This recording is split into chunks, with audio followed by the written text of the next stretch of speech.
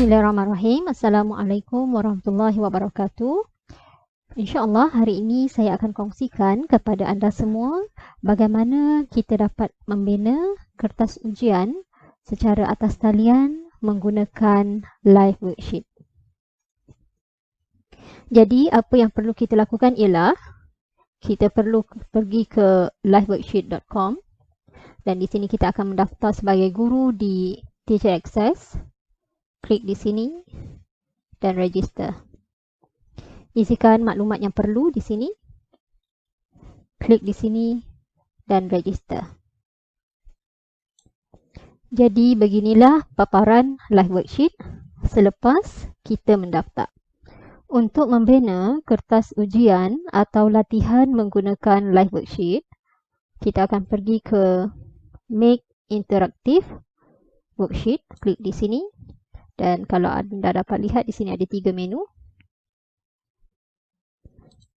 Di tutorial disediakan panduan bagaimana menggunakan live worksheet dan juga panduan bagaimana membina ruang jawapan menggunakan live worksheet. Manakala di video tutorial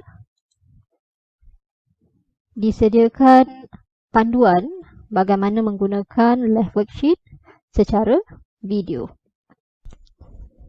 Baiklah, sekarang kita akan mula membina kertas ujian kita. Hanya perlu klik di Get Started.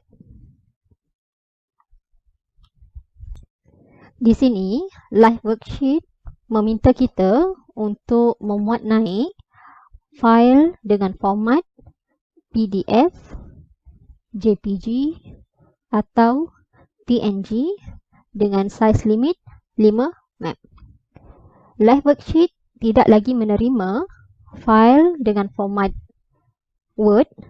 Kerana itu, live worksheet menyediakan cara bagaimana kita mahu menukar Word dokumen kepada PDF di sini.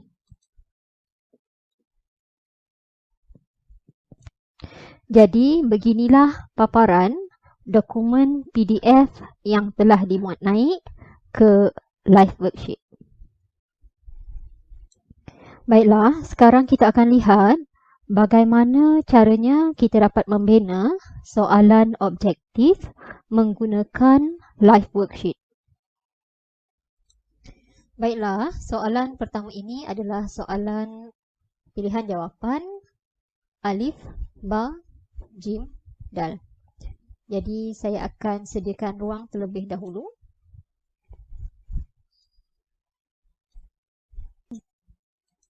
Seterusnya saya akan type select titik 2 bertindih no untuk jawapan yang salah. Select titik 2 bertindih yes untuk jawapan yang betul.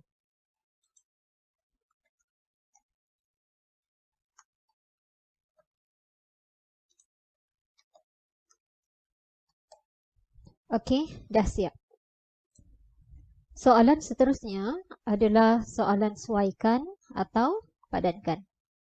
Baiklah, saya sediakan ruang terlebih dahulu. Saya letakkan sehingga titik ini.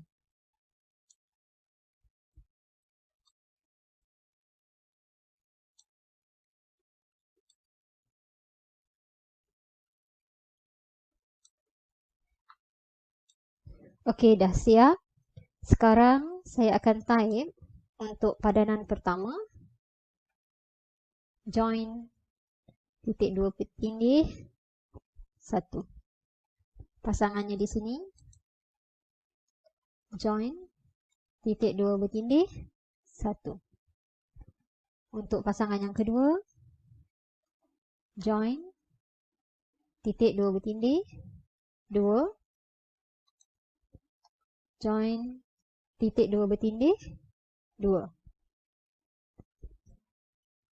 Baiklah, telah selesai. Jadi beginilah caranya kita masukkan rumus untuk soalan berbentuk padanan.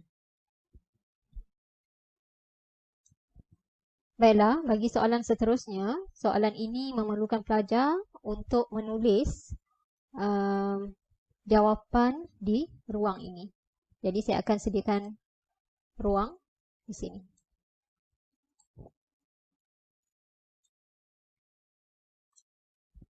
Seterusnya, saya akan menaip di dalam ruang ini jawapan yang betul.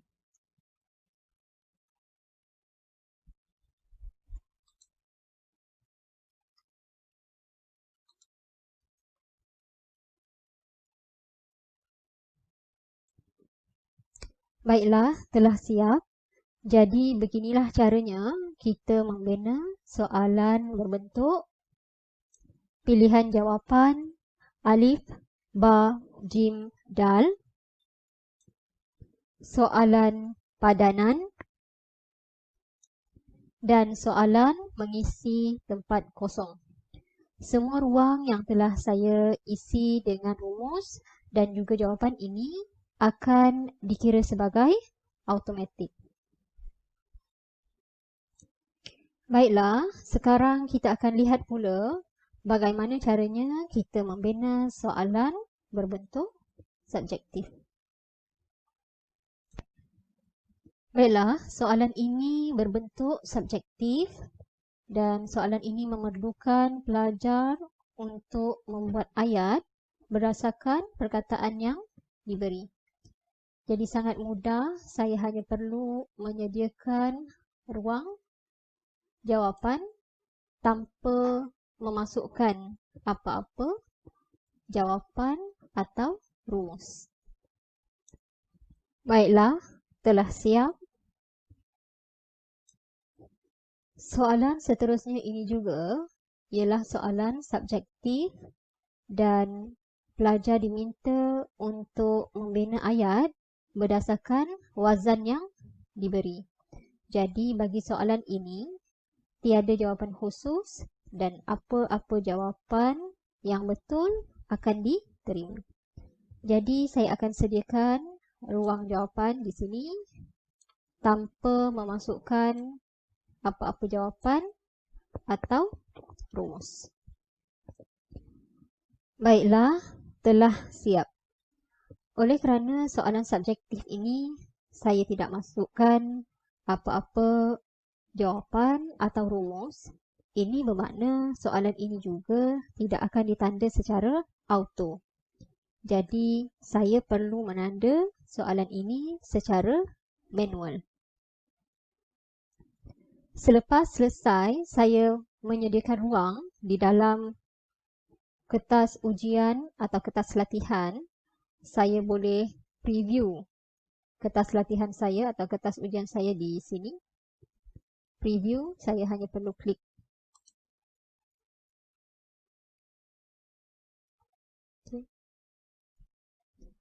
Jadi, di sini saya boleh right click dan saya boleh pilih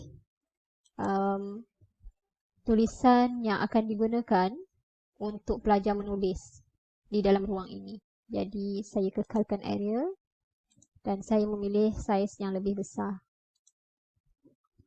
Saya juga boleh memilih tulisan, warna tulisan. Di sini saya memilih warna biru. Dan saya juga boleh memilih background. Saya memilih warna kuning. Dan saya boleh menetapkan ketetapan yang lain di bawah inilah. Dan saya pilih untuk diguna pakai kepada keseluruhan kertas ujian ini.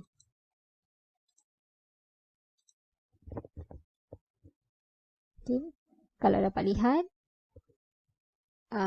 ruang juga telah bertukar warna dan saya boleh cuba menaiklah.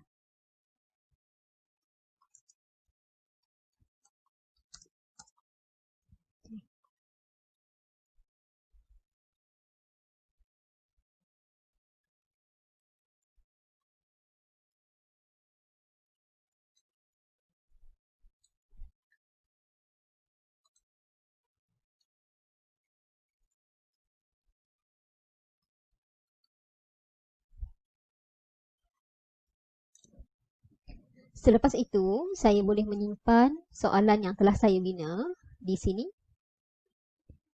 Save, klik di sini. Baik, di sini live worksheet bertanya kepada kita sama ada kita mahu berkongsi soalan yang dibina ini kepada guru yang lain atau mahu menggunakannya sendiri. Jadi setakat ini saya memilih untuk menggunakan sendiri sahaja dahulu. Kemudian namakan soalan ini.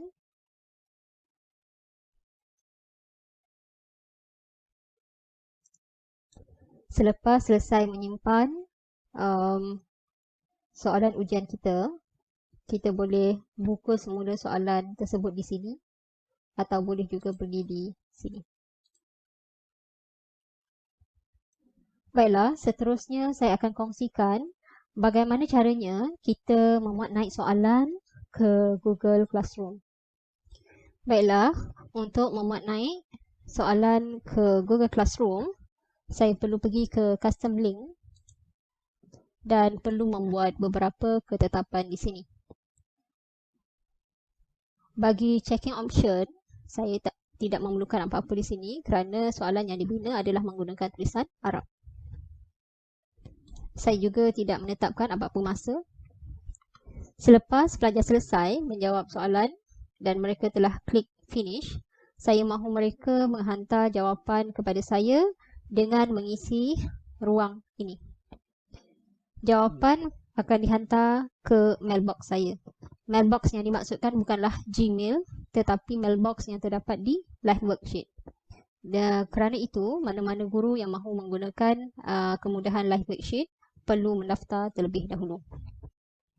Bagi grading option, saya tidak membenarkan pelajar untuk melihat markah mereka kerana soalan yang saya bina tadi bukanlah automatik,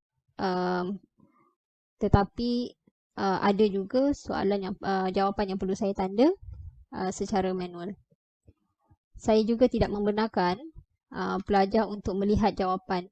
Jadi pelajar tidak akan tahu mana jawapan yang betul dan mana jawapan yang salah.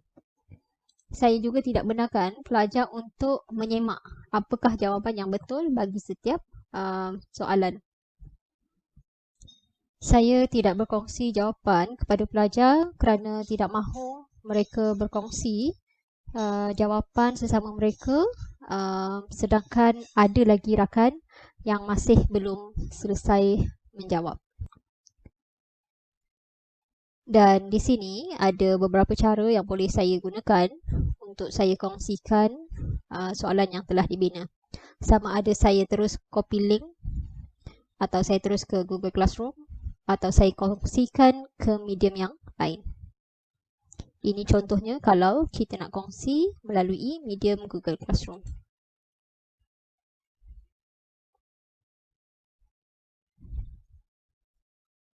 Jadi saya hanya perlu pilih kelas, tetapkan sebagai assignment dan klik go. Jadi saya fikir setakat ini sahaja perkongsian pada kali ini. Sehingga berjumpa lagi dalam perkongsian yang akan datang. Terima kasih. Assalamualaikum warahmatullahi wabarakatuh.